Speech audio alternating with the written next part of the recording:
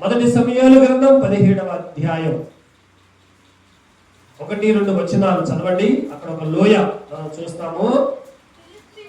ఫిలిస్తీయులు తమ సైన్యములను యుద్ధములకు సమకూర్చి యూదా దేశములోని సోకోలో కూడి ఎపస్తామ్మీము దగ్గర సోకోకును అజేకాకును మధ్యన దిగి ఉండగా సౌలును ఇశ్రాయేలీయులను కూడి వచ్చి ఏలా లోయలో దిగి ఫిలిస్తీయుల ఎదురుగా యుద్ధ పంక్తులు తీర్చిరి. దేవునికి స్తోత్రం చేద్దాం. హల్లెలూయా. రెండు చేతులు ఎత్తి హల్లెలూయా. ఏ పేరు ఈ లోయ పేరు? ఏ పేరు చెప్పాలి, అందరు చెప్పాలి. ఏ పేరు? ఏలా లోయ. ఏలా చెప్పండి. ఏలా అంటవే, ఎలా అంటవే, అలా ఏలా లోయ. చాలా మంచి పేరు కదా, ఏలా లోయ. చిన్న ప్రార్థన చేసుకుందాం. పరిశుద్ధుడా, ప్రేమ కలిగిన తండ్రి, అయినా ఒక్కొక్క లోయ గుండా మేము ప్రయాణం చేస్తూ ఉన్నాం. అయ్యా, ఈరోజు ఏలా లోయలో జరిగినటువంటి సంఘటన మేము జ్ఞాపకం చేసుకుంటున్నాము. అయ్యా, ఈ లోయలో జరిగినటువంటి సంఘటనల గురించి, ఇక్కడ జరిగినటువంటి సందర్భాన్ని బట్టి మేమేమి నేర్చుకోవాలో మాకు బయలుపరచండి. నీ సేవకుని నన్ను బలపరచండి. నీ సులువు చాటును మరుగుపరిచి విత్తబడవచ్చినటువంటి వాక్యం ప్రతి ఒక్కరి హృదయంలో నాటబడి ఫలించినట్టుగా సహాయం చేయమని యేసుక్రీస్తు నామములో ప్రార్థించి వేడుకుంటున్నాము తండ్రి. ఆమేన్. ఈ 17వ అధ్యాయము చాలా ప్రాముఖ్యమైనటువంటి అధ్యాయం. దావీదు జీవితంలో ఇది ఒక ప్రాముఖ్యమైనటువంటి అధ్యాయం. దావీదు జీవితంలో ఒక ప్రశస్తమైనటువంటి సంఘటన ఈ యొక్క లోయలో జరిగింది. అయితే ఈ లోయలోనికి దావీదు వెళ్ళాడు. దావీదుతో పాటు మనం కూడా వెళదాం. దేవునికి స్తోత్రం. హల్లెలూయా. రెండు చేతులు ఎత్తాలి. ఎట్టబెట్ట కూర్చుంటే నిద్ర వచ్చింది. రెండు చేతులు ఎత్తండి. హల్లెలూయా, హల్లెలూయా, హల్లెలూయా. ఇక్కడ సంఘటన నేను వివరిస్తాను. మనందరికీ తెలుసు. ఇక్కడ జరిగినటువంటి ఏలా లోయలో జరిగిన సంఘటన ఏంటంటే, ఇశ్రాయేలీయులకు ఫిలిస్తీయులకు యుద్ధం జరుగుతుంది. అయితే ఎక్కువగా మనం చెప్పుకున్నాం ఇంతకు ముందు, ఎక్కువగా లోయ ప్రాంతంలో, అంటే లోయలో ఒక పక్క ఒక కొండ, ఒక పక్క ఒక కొండ ఉండి మధ్యలో ఉన్నటువంటి లోయ మైదాన ప్రాంతంలో ఎక్కువగా యుద్ధాలు జరిగేవి. ఇటు నుంచి కొంతమంది, ఇటు నుంచి మరొకరు వస్తే వారిద్దరు ఆ లోయల్లో పోట్లాడుకునేవాళ్ళు. ఎవరు గెలిస్తే వారిది విజయం, ఎవరు గెలిస్తే వాళ్ళు జేజేలు పలుకుంటూ వెళ్తా ఉండేవారు. అయితే ఈ ఏలా లోయలో జరిగినటువంటి సంఘటన ఏంటంటే, ఒకవైపు ఫిలిస్తీయులు ఉన్నారు ఒక కొండ మీద, ఒక కొండ మీద ఇశ్రాయేలీయులు ఉన్నారు. వారిద్దరూ యుద్ధానికి సిద్ధపడుతూ ఉన్నారు. ఇక ఎన్నోసార్లు అప్పటికి ఇశ్రాయేలీయులు ఫిలిస్తీయుల మీద గెలిచినటువంటి సందర్భాలు ఉన్నాయి. అలాగే అనేక సార్లు ఫిలిస్తీయులు ఇశ్రాయేలును ఓడించినటువంటి సందర్భాలు ఉన్నాయి.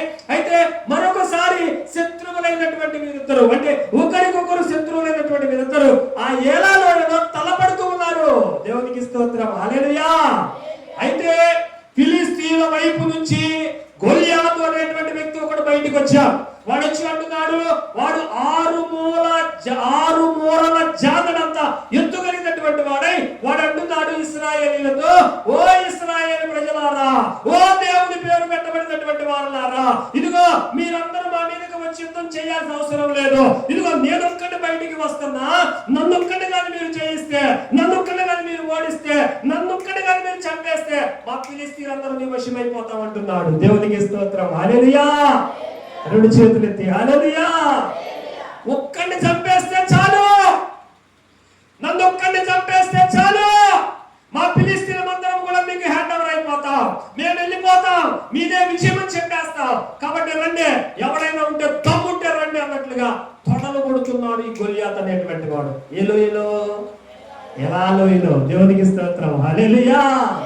అయితే ఆడు 40 దినముల నుంచి, చూడండి ఆ మాట చూడండి, 16వ వచనములో, ఆ ఫిలిస్తీయుడు ఉదయమునను సాయంత్రమునను బయలుదేరుచు 40 దినములు తన్ను తాను అగుపరుచుకొనుచు వచ్చెను. పొద్దున్నే వస్తున్నాడ, రే ఇశ్రాయేలులారా మీకు దమ్ముందా? రే వస్తారా నా మీదకి? రే రండి, మీ దేవుడు మీకేం సహాయం చేయడు. ఇదిగో మాకు అనేక మంది దేవతలు ఉన్నారు, మాదే విజయం, నన్ను చంపడరా చూసుకుందాం అని ఉదయం ఒకసారి, సాయంకాలం ఒకసారి వస్తున్నాడు లోయలోకి. ఫిలిస్తీన్లు కొండ మీద ఉన్నారు, ఇటు పక్క ఇశ్రాయేలు ఉన్నారు, ఇటొక్కడే మైదానంలోకి వచ్చి అంటున్నాడు, రండి మీలో దమ్మున్నటువంటి వాడు, మీలో ఎవరైనా నన్ను ఎదిరించగలిగినటువంటి వాడు, నన్ను ఓడించగలిగినటువంటి వాడు రండి అని ఉదయకాలము సాయంకాలమున సవాలు విసురుతూ 40 దినాలు చేస్తా ఉన్నాడు. కానీ ఇశ్రాయేలీయుల వైపు నుంచి ఆ సవాలును స్వీకరించి వెళ్ళడానికి ఎవ్వరు ముందుకి. ఎన్ని దినాలు? 40 రోజులు వాడు సవాలు చేస్తుంటే ఆ సవాలుకి నిన్ను ఓడించలేమో మేము, మా దేవుడు అయినటువంటి యెహోవా మాకు తోడుగా ఉన్నాడు, నువ్వెంతరా మా ముందు, ఇదిగో మేము కూడా ఒక్కడమే వస్తావురా, నేను కూడా ఒక్కడమే ఎదిరిస్తావు నిన్ను, నువ్వెంతరా, మా దేవుడు కలిగినటువంటి దేవుడు మాకు తోడుగా ఉన్నాడు, నువ్వెంతరా అని ఒక్కడంటే ఒక్కడు ముందుకు వెళ్ళాలా. దేవునికి స్తోత్రం, హల్లెలూయా. భయపడిపోతున్నారు, గొలియాతును చూసి వణికిపోతున్నారు. ఆ కాలంలో ఇశ్రాయేలు మీద రాజుగా సౌలు అనేటువంటి వ్యక్తి ఉన్నాడు. సౌలు పరిపాలనలో సౌలు కూడా యుద్ధం దగ్గర ఉన్నాడు. సౌలుకు సంబంధించిన సైన్యాధిపతులు ఉన్నారు, సౌలుకు సంబంధించినటువంటి యుద్ధం చేసేటువంటి నేర్పరగినటువంటి వాడు ఉన్నారు. సైన్యం అంతా ఉంది ఒక పక్కన, ఏమి చేయలేకపోతున్నారు. వాడు సవాలు విసురుతున్నాడు, వీడు భయపడిపోతున్నారు. వాడు సవాలు విసురుతున్నాడు, వీడు వణికిపోతున్నారు. ఇది 40 దినాల నుంచి జరుగుతుంది.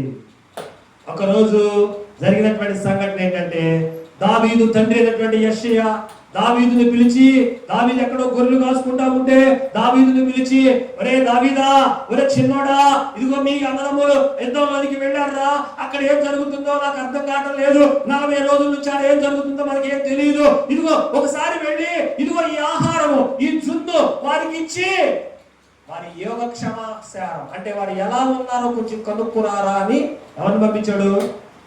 దావీదును పంపించాడు. జస్ట్ దావీదును చూసి రమ్మన్నాడు. దేవునికి స్తోత్రం, హల్లెలూయా.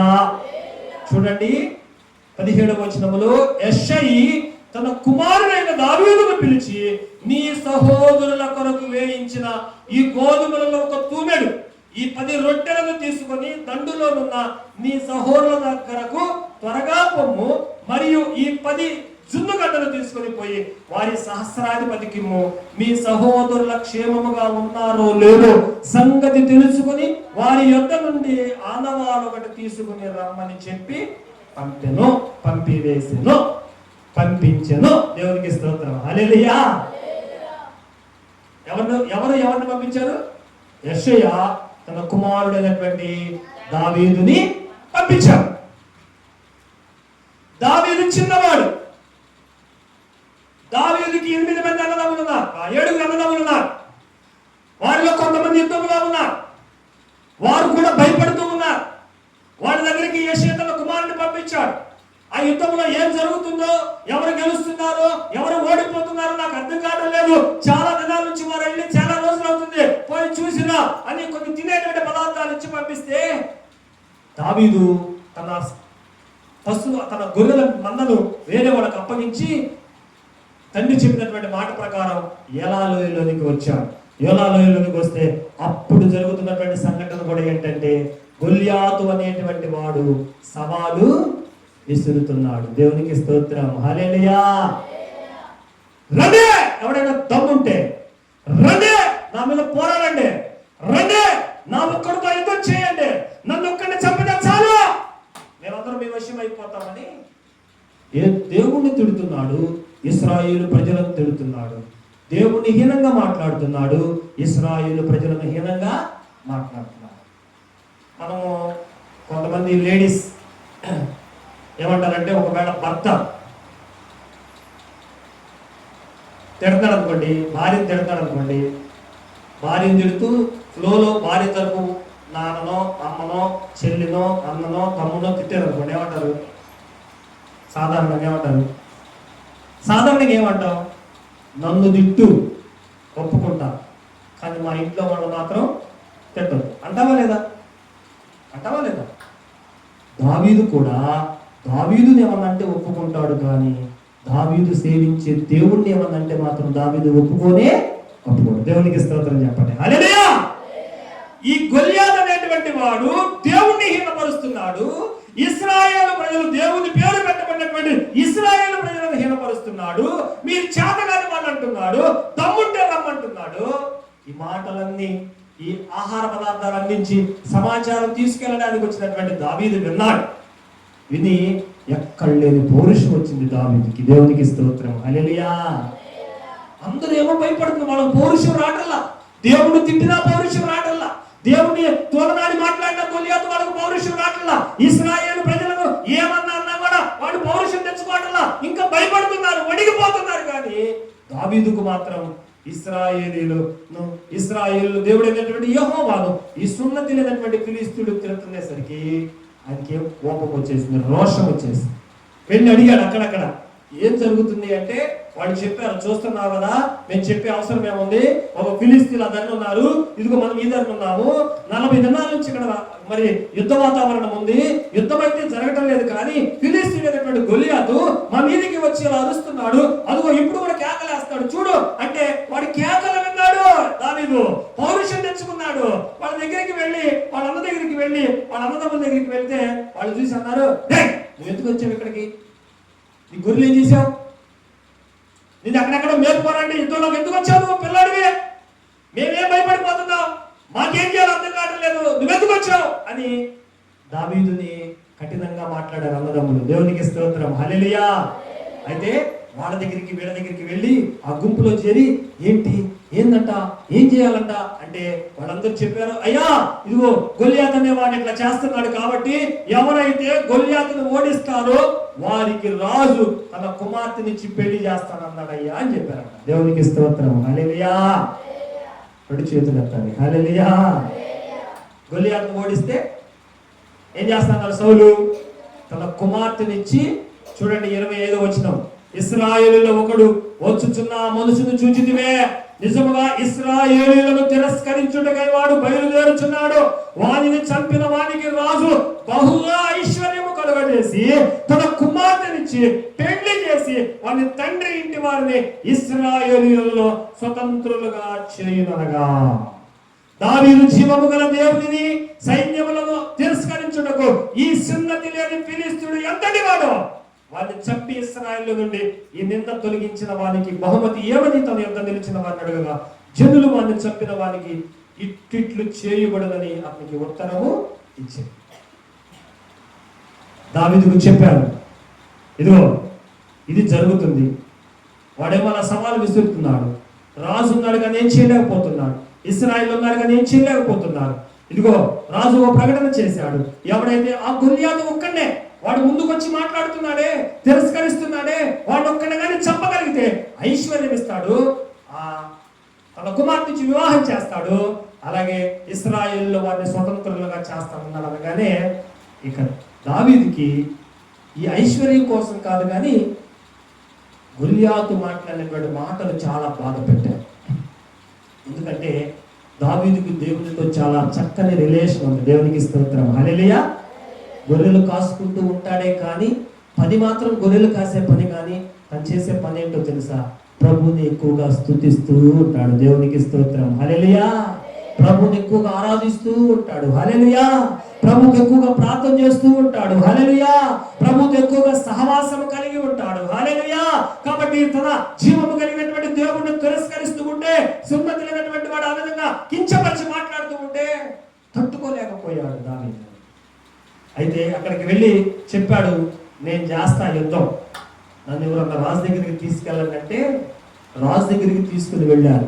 వీడు వెళ్తే దావీదు వెళ్తే సౌలు దగ్గరికి, సౌలు అన్నాడు, నువ్వు పిల్లోడు రా, అక్కడ వీళ్ళు చూడు ఎంత పెద్దోళ్ళు, వీళ్ళందరి వల్ల కాటలేదురా, 40 దినాల నుంచి మేము ఏడుస్తున్నాం ఇక్కడ కూర్చొని, వాడు అరుస్తూనే ఉన్నాడు, మేమేం చేయాలో అర్థం కావట్లేదు, ఎంత పెద్ద పెద్ద మొగోళ్ళు ఎక్కడ ఉన్నావురా, నువ్వు ఇంత పిల్లాడు, నువ్వు వచ్చి నేను వాడిని చంపుతాను అంటే దావీదు ఒక మాట చెప్పాడు, రాజా తక్కువ వచ్చినాయి మాకు, నేను గొర్రెలు కాసుకునేటువంటి వాడినే, ఒకసారి నేను గొర్రెలు కాసుకుంటా ఉంటే నా గొర్రెల మీదకి ఒక ఎలుగుబంటి వచ్చిందే, ఒక సింహం వచ్చిందే, నేను ఏం చేశాను తెలుసా, వాటి రెండింటిని చీల్చి పడేసా, వాటికంటే ఎక్కువ ఇడో నాకు అవకాశం ఇస్తే వాటిని చీల్చినట్లుగా, ఎలుగుబంటిని చీల్చినట్లుగా, సింహాన్ని చీల్చినట్లుగా, తోడేలును చీల్చినట్లుగా ఈ ఫిలిష్తీయుని కూడా చీల్చేస్తా, వాటికంటే ఎక్కువ నన్ను తక్కువ వచ్చినాయి మాకు.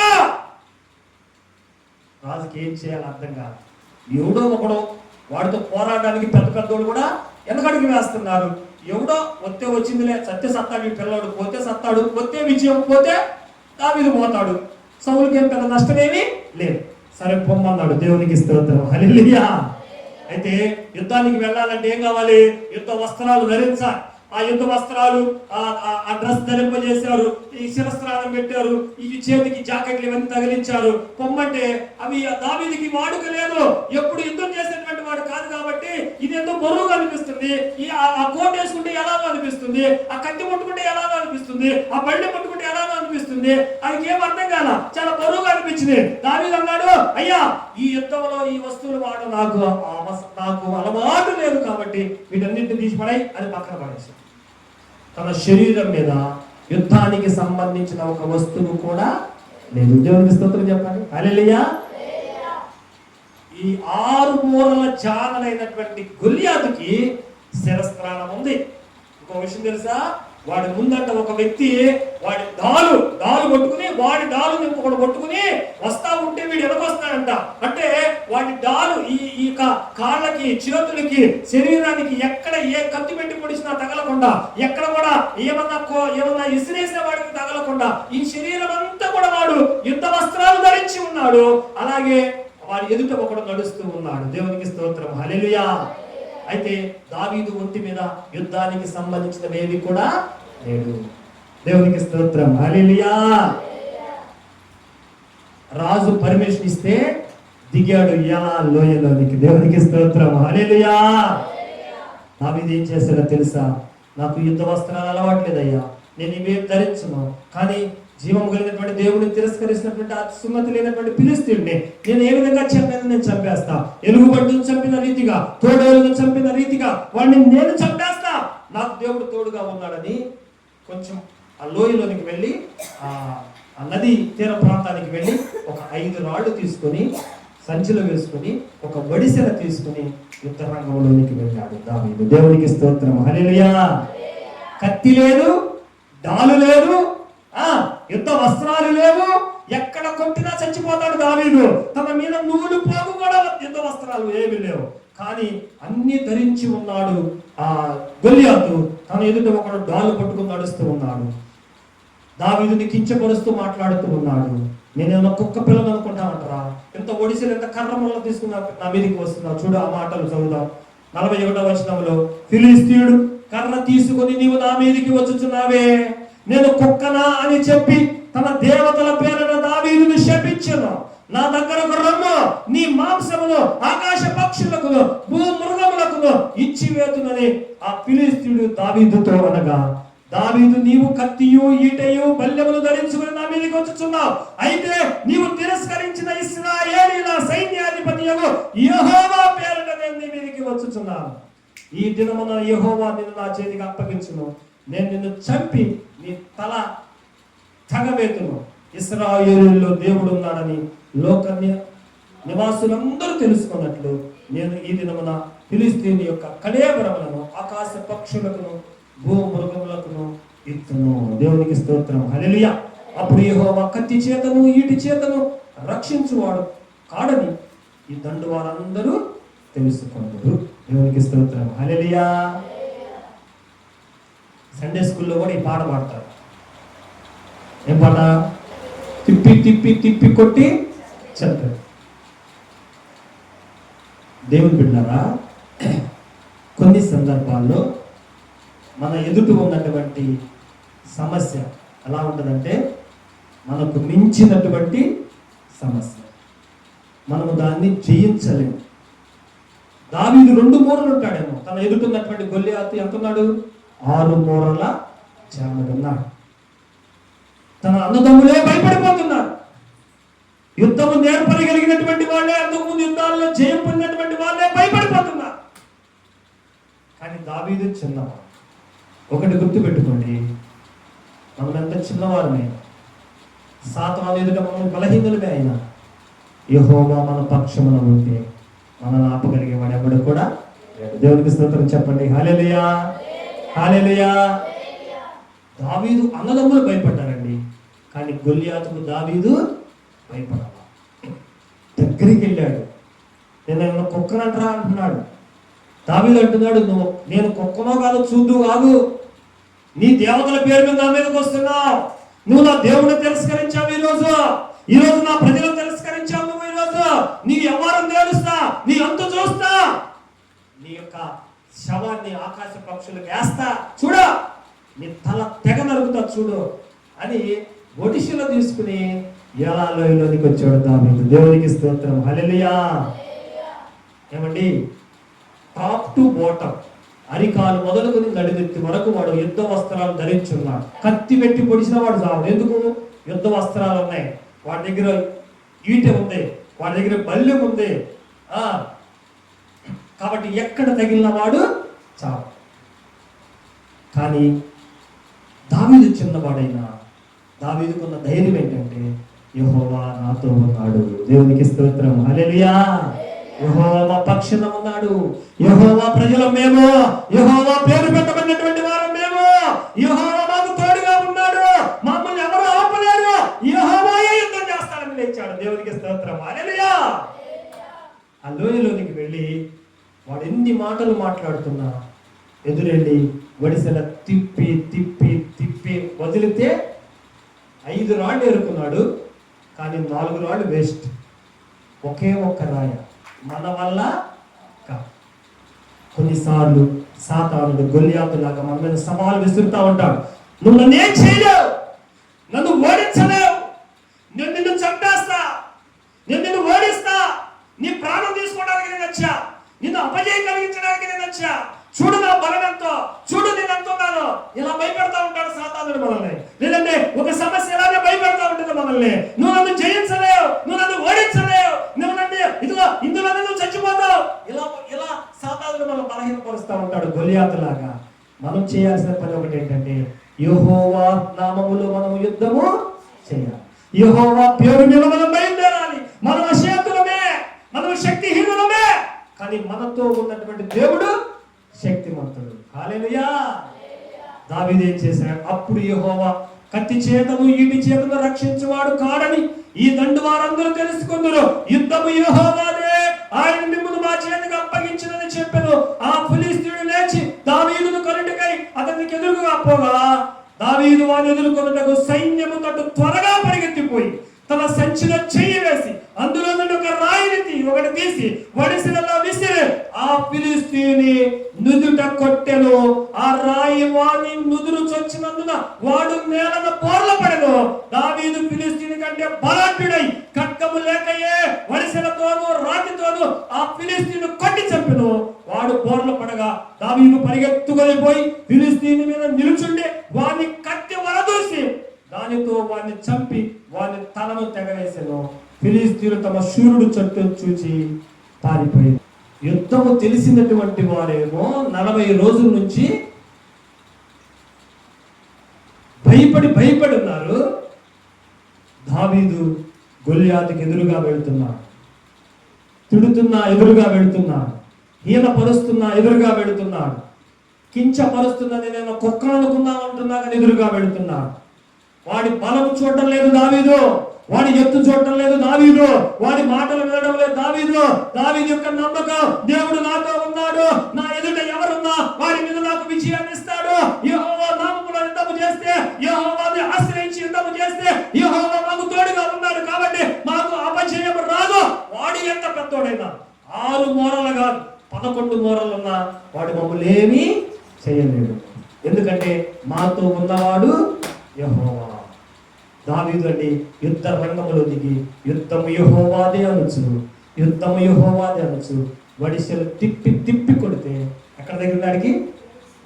ఇక్కడే ఖాళీ ఉంది, ఇంకెక్కడ ఖాళీ లేదు, ఇక్కడే తగలాలి, ఇక్కడే తగిలింది. మీరు ఎప్పుడైనా స్తంభానికి కానీ ఇంట్లో దేనికన్నా గుద్దుకున్నారా? ఇక్కడ దెబ్బ తగిలినా ఎప్పుడైనా మీకు కదా? ఒకసారి తగిలించుకొని చూడండి. చిన్నగా తగిలితే ఎంత దెమ్మ తిరిగిపోతాం. ఒక్కసారిగా విసిరిన రాయి ఇక్కడ తగలగానే వాడికి ఏం చేయాలో అర్థం కాల, కళ్ళు తిరిగి బొక్కబార్లుగా ఎవడు? 40 రోజుల నుంచి సవాలు విసురుతున్నవాడు ఎవడు? ఇశ్రాయేలు ప్రజలను భయపెడుతున్నటువంటి వాడు ఎవడు?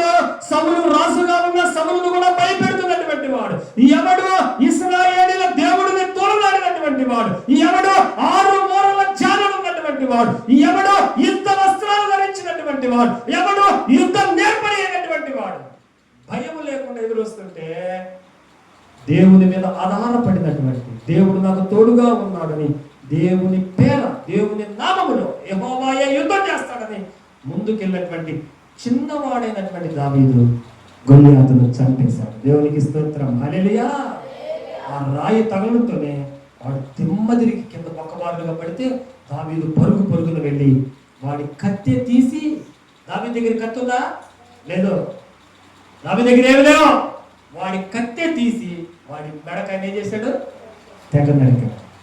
ఇది చూసి ఫిలిష్తీయులు చంపు జనాలు, దేవునికి స్తోత్రం, హల్లెలూయా, పారిపోయారు. యుద్ధము యెహోవాది. దేవుని బిడ్డలారా, ఈ ఏలా లోయ మనకు నేర్పించేటువంటి పాఠం ఏంటంటే, మనము బలహీనులమే, మనము శక్తి లేనటువంటి వారమే. మనంగా వెళితే సాతాన్ని ఎదిరించలేము, మనంగా వెళితే సాతాన్ని ఎదుర్కోలేము, మనంగా వెళితే మనకు ఎదురవుతున్నటువంటి సమస్యను మనం జయం పొందలేము. మనంగా మన సొంత ఆలోచనతో వెళితే వాడిని జయించలే. నీ ముందే అలాంటి సమస్య ఎదుర్కొన్నటువంటి వాడు భయపడి కూర్చుని ఉండొచ్చు. నీ ముందే బాగా ప్రార్థనా పరులైనటువంటి వాడు ప్రార్థన చేయలేక సతి నిలబడి ఉండొచ్చు. నీకంటే రక్షణ పొంది అనుభవం కలిగినటువంటి వారు అల్లాడిపోతూ ఉండవచ్చు. నేను బాలుణ్ణి, నేను నిన్న మొన్న రక్షణ పొందాను, నాకేం తెలుసు, నేను సాతాన్ని జయించలేకపోతున్నాను అని నువ్వు అనుకోవచ్చు. కానీ దేవుడు అంటున్నాడు, ఇక్కడ కావలసింది సీనియారిటీ కాదు. ఏం కావాలి? సీనియారిటీ కాదు. ఏం కావాలి? దేవుని పట్ల సిన్సియారిటీ కావాలి. దేవునికి స్తోత్రం చెప్పండి, హల్లెలూయా. ఏం కావాలి? దేవుని పట్ల సిన్సియారిటీ కావాలి. దావీదుకు ఉన్నది దేవుని పట్ల సిన్సియారిటీ. విసిరింది దావీదే, కానీ గురి చెడకుండా రాయి అక్కడ తగిలేటట్టు చేసింది ఎవరు? దేవుడు. విసిరింది దావీదే, ప్రార్థన చేసేది మనమే, కానీ కార్యం చేసేది దేవుడు. మన ఎదుట ఉన్నటువంటి సమస్యకు మనము భయపడకూడదు. మన విశ్వాసం, మీకు చాలాసార్లు ఆ మాట గుర్తు చేసే కదా, మన విశ్వాసం ఎలా ఉండాలంటే, మనుషుల జ్ఞానమును ఆధారము చేసుకుని మన విశ్వాసము ఉండకూడదు. మనుషుల జ్ఞానం ప్రకారం అయితే గొల్లియాతును మనం ఓడించలే.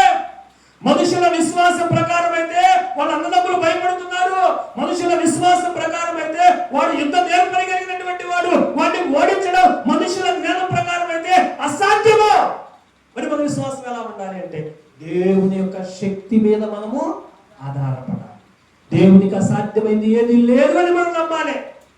నాకు అసాధ్యమే ప్రభువా, నాకు చేత కాటం లేదు ప్రభువా, నా వల్ల కాటం లేదు ప్రభువా, నీకు అప్పగిస్తున్నానయ్యా, నీకే అప్పగిస్తున్నానయ్యా, నీవే నాకు సహాయం చేయి ప్రభువా. ఇదిగో గొల్లియాతు లాగా ఉంది నా సమస్య, ఇదిగో గొల్లియాతు లాగా ఉంది సాతానుతో పోరాటం, ఇదిగో గొల్లియాతు లాగా ఉంది నా యొక్క అనారోగ్యం, ఇదిగో గొల్లియాతు లాగా ఉంది నా ఇంట్లో సమస్య, నేను ఓడించలేకపోతున్నా, వాడిని ఎదిరించలేకపోతున్నా, నీ సహాయం నాకు కావాలని ప్రభువుని అడిగితే ప్రభు నీతో వస్తాడు. దేవునికి స్తోత్రం, హల్లెలూయా. యుద్ధం ఎవరు చేస్తారు?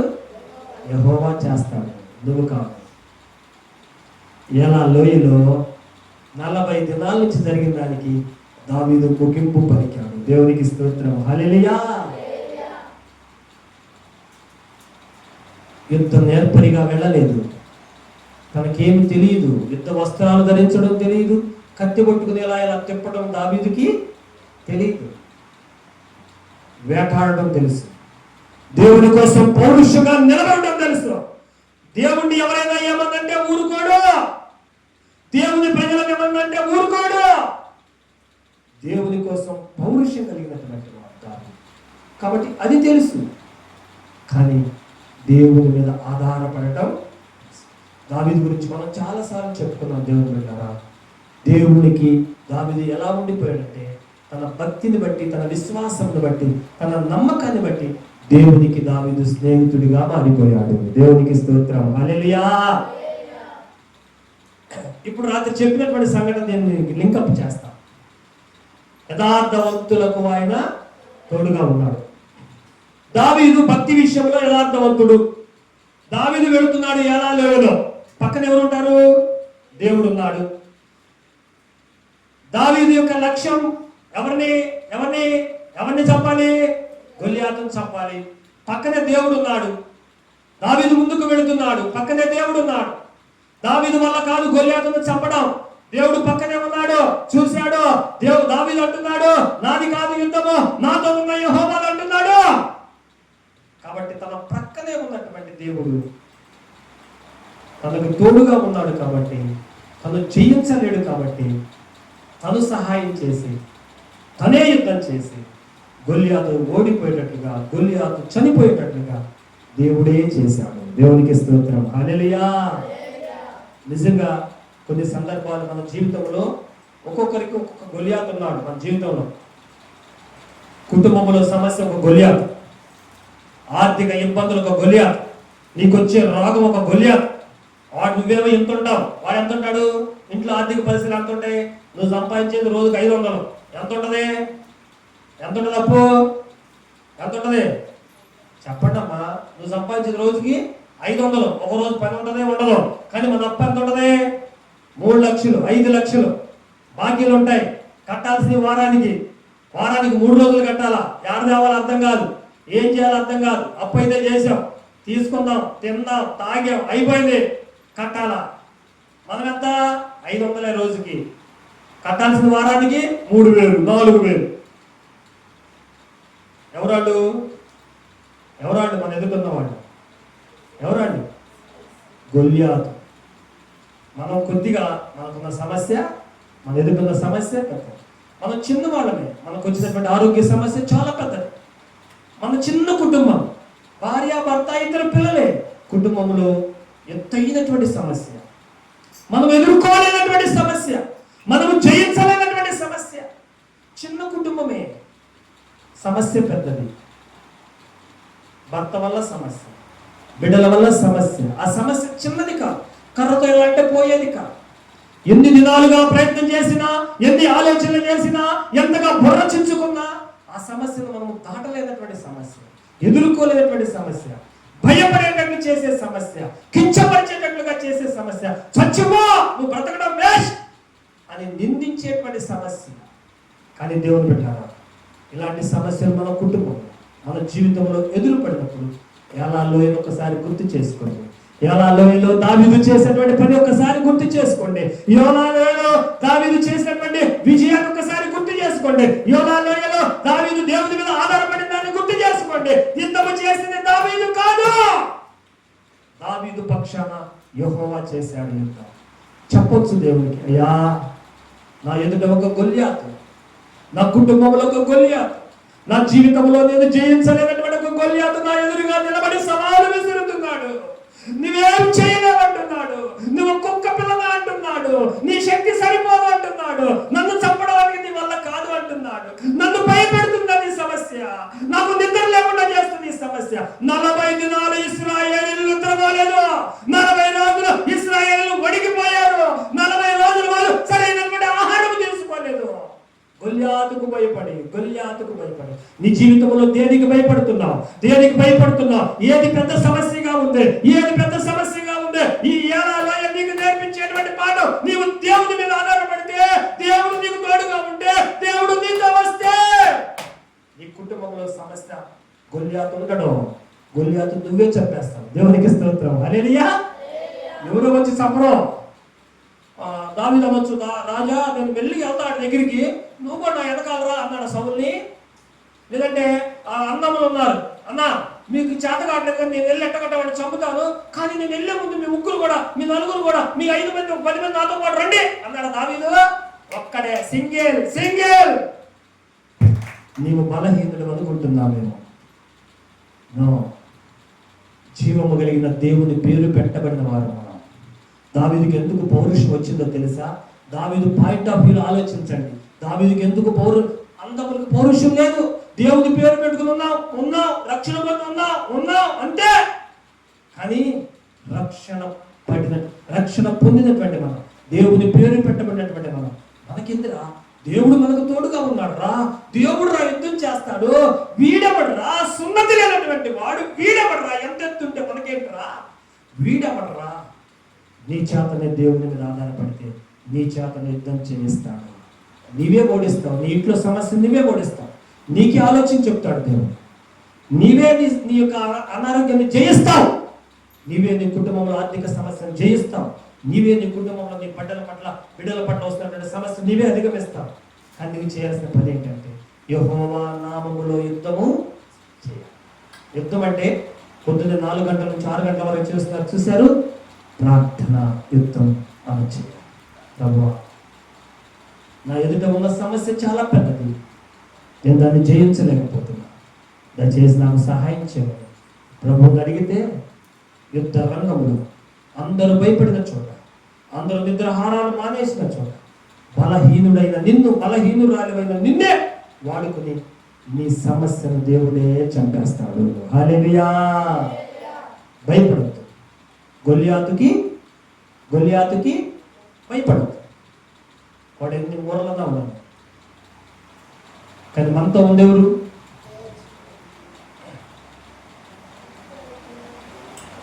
దేవుని కంటే బలవంతుడా గొల్లియాతు? అమ్మ మీకు అర్థమవుతుందా? దేవుని కంటే బలవంతుడా గొల్లియాతు? దేవుని కంటే బలమైన వాడు సాతానుడు. అందరూ దేవుని తర్వాతే కదా.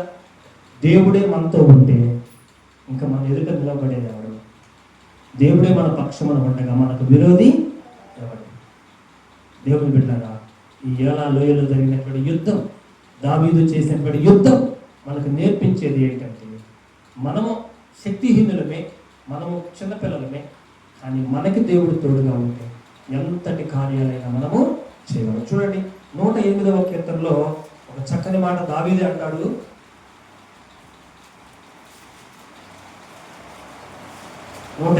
కీర్తన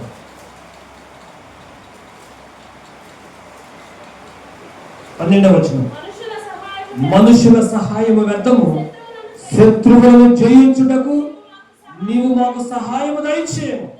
దేవుని వలన మేము శూర కార్యములు జరిగించడము, మా శత్రువులను అడగద్రొక్కువాడు ఆయనే. ఈ మాట నువ్వు చెప్పాలి. దేవుని వలన మేము శూర కార్యాలు, మా వలన కాదు. దావీదు యోలాలో అన్న మాట్లాడే తెలుసా? ఒకడు కత్తి చేత ఈటి చేత కాదు జయం పొందేది. అర్థమైందా? వాడు అనుకున్నాడు, గొల్లియాతు నా చేతిలో కత్తి ఉంది, నా చేతిలో ఢాల్ ఉంది, నేనంతా యుద్ధ నేర్పరిగలిగినటువంటి వాడిని, నన్ను ఎవడు ఏం చేయలేడు అనుకుంటున్నాడు. కత్తుంటే సరిపోతే, ఢాల్ ఉంటే సరిపోతే అంటున్నాడు. కానీ దావీదు అంటున్నాడు, ఒకడు కత్తి చేత ఈటి చేత కాదు, యెహోవా నామము వలననే మనకు విజయం. మన చేతిలో కత్తులు కట్టాలని అవసరం లేదు. మనం చేతిలో జయించాల్సినటువంటి ఆయుధాలు అవసరం లేదు. దేవుని పేర ప్రార్థన చేసి బయలుదేరితే, దేవుని సన్నిధిలో కూర్చుని కన్నీరు కారిస్తే దేవుడే మన పక్షాన యుద్ధము చేస్తాడు. చూడండి దావీదు పలికిన మాట, యుద్ధము చెప్పాలి. యుద్ధము అందరూ చెప్పండి. యుద్ధము యెహోవా. నువ్వు చేయలేవు తల్లి, తమ్ముడు, నువ్వు చేయలేవు యుద్ధం. నీ ఎదుగుతున్నటువంటి సమస్యతో నువ్వు పోరాడినావు, నీ కుటుంబంలో సమస్యతో నువ్వు పోరాడినావు. దేవుని ఒక్క మాట్లాడు, ప్రభువా నాకు తోడుగా రా, నేను ఈ సమస్యను జయించలేకపోతున్నా. గొల్లియాతు నా ముందు సవాలు విసురుతున్నా. ఒక ఆర్థికపరమైనటువంటి గొల్లియాత్, ఒక అనారోగ్యపరమైనటువంటి గొల్లియాత్, ఒక మానసిక నెమ్మది లేకుండా చేసినటువంటి గొల్లియాత్, ఇక బిడ్డలు మాట వినకుండా ఉండేటువంటి గొల్లియాత్ నా కుటుంబంలో రోజులకు సవాలు విసురుతున్నా. నా పక్షం నేను వెళుతున్న యుద్ధానికి, నేను ప్రార్థన చేస్తున్నా, నువ్వు నాతో రా, యుద్ధం నీవే చేయి, యుద్ధం యెహోవాది అని నీవు మనుషుల జ్ఞానమును బట్టి కాక దేవుని శక్తి మీద ఆధారపడితే దేవుడు గొల్లియాతు మీద దావీదుకి ఇచ్చినటువంటి విజయాన్ని నీవు ఎదుర్కొన్నటువంటి సమస్య మీద దేవుడు నీకు కూడా ఇస్తాడు. యుద్ధము యెహోవా. కాబట్టి దేవుని దగ్గర ప్రార్థన చేయండి. ఎలాంటి సమస్యనైనా, ఎలాంటి ఆటంకాలైనా, అది ఎంత బలమైందైనా, అది ఎంత కఠినమైందైనా, అది మనము జయించలేదైనా దేవుడు మన పక్షాన ఉంటాడు. దావీదుకి ఇచ్చినటువంటి విజయం, దావీదుకి ఇచ్చినటువంటి జయాన్ని దేవుడు మనకి కూడా దయచేయుగాక. ఎలా లోయలో మనం కూడా నడుద్దాం. ఎలా లోయలో మన జీవిత ప్రయాణంలో నడుస్తూ ఉండగా, అందరూ భయపడిన చోటనే మనం నడుస్తూ ఉండగా దేవుడు మన పక్షాన ఉండి మన కుటుంబంలో సమస్యల మీద విజయం, మన అనారోగ్యం మీద విజయం, మన ఆర్థికపరమైనటువంటి ఇబ్బందుల మీద విజయం దేవుడే మనకు అనుగ్రహించి దేవుడే స్తుతి నొందునుగాక.